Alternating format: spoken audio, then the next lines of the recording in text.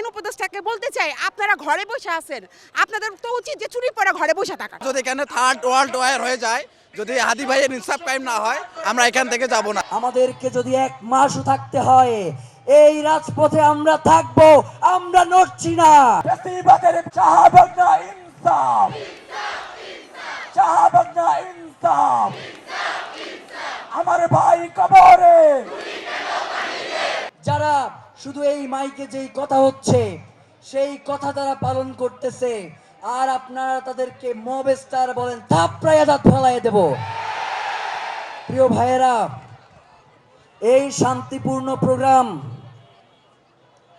ইনকিলাব মঞ্চ, ওসমান হাদির ইনকিলাব মঞ্চ এই প্রোগ্রামের আয়োজন করেছে।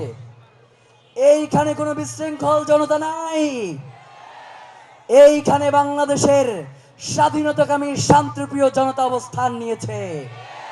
সুতরাং তাদেরকে যদি আপনারা পরিচিত করেন, প্রলোভন দেখান, তবুও আমরা বলে দেই আপনারা কোনো বিশৃঙ্খলা তৈরি করতে পারবেন না।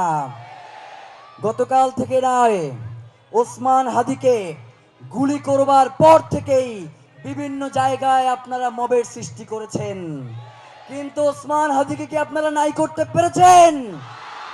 ওসমান হাদির হত্যার সাথে যারা জড়িত তাদের বিচার নিশ্চিত করা না পর্যন্ত এই জনতাকে কোনো ছল চাতুরি দিয়ে বোঝানো যাবে না।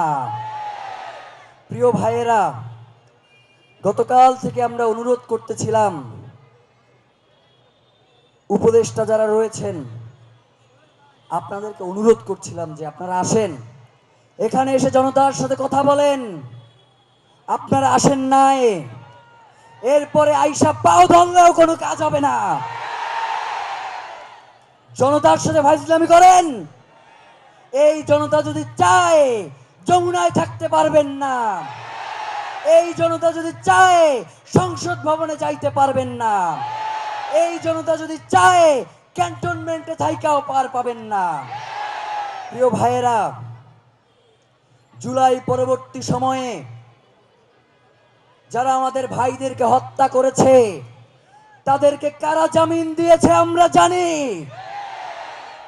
জুলাইয়ের পরে ক্যান্টনমেন্টে যেই সকল আওয়ামী সন্ত্রাসীরা আশ্রয় নিয়েছিল সেই 626 জনকে সেফ এক্সিট কারা দিয়েছে আমরা জানি। জুলাই পরবর্তী সময়ে এই জুলাইকে কারা বিক্রি করেছে আমরা জানি। এই জনতা, জুলাইয়ের জনতা, তারা জান দেবে তবুও জুলাই দেবে না। প্রিয় ভাইয়েরা, এই যে শান্তিপূর্ণ আমাদের আন্দোলন, বাইরে কেউ একটা কথা বলছে, কারো কোনো উল্টাপাল্টা কথা আপনারা শুনতে পাচ্ছেন?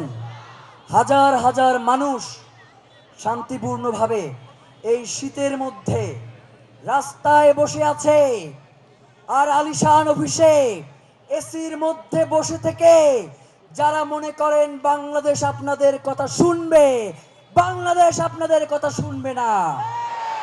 জনগণের কথা না শুনলে আপনাদের কোনো কথার দায় জনগণের উপরে নাই। আইন উপদেষ্টাকে বলতে চাই, আপনারা ঘরে বসে আছেন, আপনাদের তো উচিত যে চুরি পরে ঘরে বসে থাকা। আপনারা কোনো কিছু করতেছেন না, মানে কি সবের চুরি পড়েন, চুরি পরে হাতে বসে থাকেন, মেয়ে হয়ে বসে থাকেন। যদি এখানে থার্ড ওয়ার্ল্ড ওয়ার হয়ে যায়, যদি হাদি ভাইয়ের ইনসাফ কায়েম না হয়, আমরা এখান থেকে যাব না। এখানে এই কর্মসূচি আমরা কখনো, এখানে এই কর্মসূচি ছেড়ে আমরা বাসায় যাব না, আমরা এখানেই অবস্থান করব। প্রায় 95% আপনার সাধারণ মানুষ। সাধারণ মানুষ কেন আসছে? যে এই যে হত্যাকাণ্ড, এর আগে আমরা বিচারহীনতার একটা যুগে ছিলাম। আমরা আশা করছিলাম ইন্টারিম সরকার আসছে, তারা অনেক আশার বাণী শোনাইছিল যে আমাদেরকে তারা ইনসাফের পথ দেখাবে, সুন্দর দেশ গঠন করবে, কিন্তু আমরা সেই একই রকম যদি এই বিচারহীনতার যুগে থাকি তাহলে তো কোনো লাভ হলো না। এর জন্যই আমরা চাচ্ছি এই সাধারণ মানুষ এখানে আসছে, দেখেন আপনি অনেক মহিলারা আসছে, শিশু আসছে, সাধারণ মানুষ স্বতঃস্ফূর্তভাবে কেন আসছে? এই বিচারের দাবিতে আমরা চাই হাদি হত্যার বিচার হোক। আমি এসেছি আসলে একটা লজ্জাজনক একটা বিষয়ের মানে সাক্ষী হওয়ার জন্য, কারণ আমি জানি না পৃথিবীতে এমন কোনো দেশ আছে কিনা একটা মানুষ মারা যাওয়ার পরে, প্রকাশ্যে খুন হওয়ার পরে তার বিচার চাওয়ার জন্য রাস্তা অবরোধ করতে হয়।